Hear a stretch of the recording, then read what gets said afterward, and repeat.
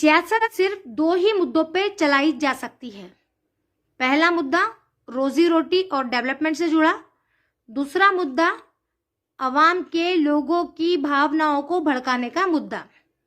आजकल के सियासी लीडर इलेक्शन आते ही ये जो दूसरा मुद्दा है, लोगों की भावनाओं को भड़काने का मुद्दा, उस पर काम शुरू कर देते हैं। और पहला मुद्दा वो उस पर कुछ बात ही नहीं करते, क्योंकि उस पर कहने के लिए उनके पास कुछ होता ही नहीं है। रोजी रोटी के बारे में और डेवलपमेंट के बारे में वो क्या कहेंगे, उन्होंने कुछ काम किया होता ही नहीं है। इसके लिए जो दूसरा मुद्दा है वो उनके लिए बहुत आसान और सरल मुद्दा है।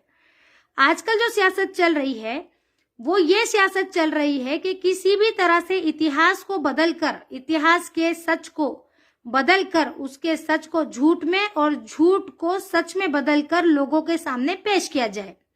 और दो नामों पे अभी सियासत चल रही है, एक तो शिवाजी महाराज के नाम पे और एक औरंगजेब आलमगीर के नाम पे सियासत चल रही है।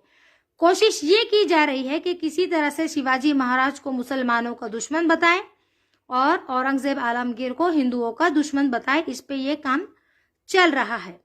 अगर उस वक्त वाकई में ऐसा होता तो शिवाजी महाराज के पास जो 18 बॉडीगार्ड थे, उनमें से 12 बॉडीगार्ड जो थे वो मुसलमान थे। अगर ऐसा होता तो 12 मुसलमान बॉडीगार्ड को वो रखते ही क्यों? और उनमें से जो एक बॉडीगार्ड थे जिनका नाम था मौलाना हैदर अली, वो शिवाजी महाराज के एकदम करीब थे। उनके वो सीक्रेट कॉरेस्पॉन्डेंस के वो काम देखते थे। और शिवाजी महाराज की फौज में तकरीबन 35% जो फौजी थे वो मुसलमान थे। औरंगजेब आलमगीर के पास 35 अधिकारी पूरे हिंदू थे और उनकी फौज में काफी हिंदू लोग शामिल थे।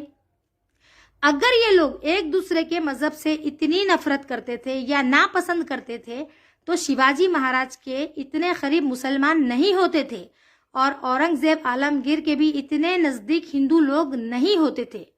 यह भी कहा जा रहा है कि औरंगजेब आलमगीर घोड़े पर बैठकर तलवार हाथ में लिए जबरदस्ती इस्लाम कबूल करवाते थे, मजहब बदलवाते थे।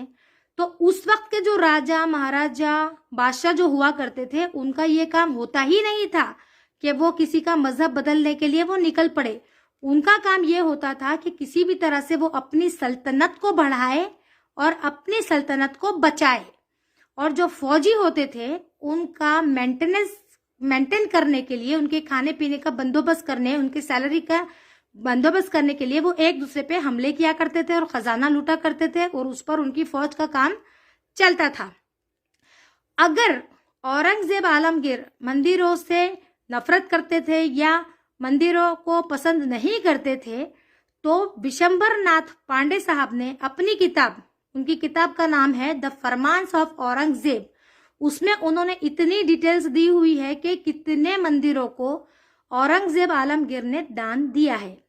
अगर वो मंदिरों को पसंद नहीं करते तो वो अपनी किताब में ये चीजें मेंशन कैसे करते थे? ये सब चीजें जो अभी मैं आपको बता रही हूं वो मैंने YouTube पे से डॉक्टर राम पुनियानी की स्पीचेस पे से लिया है। डॉक्टर राम पुनियानी की स्पीचेस आप YouTube पे जाकर सुनिए। उसमें उन्होंने हिंदुस्तान का जो सच है, इतिहास का जो सच है, वो सबके सामने सही सही बताया है, सही सही रखा हुआ है।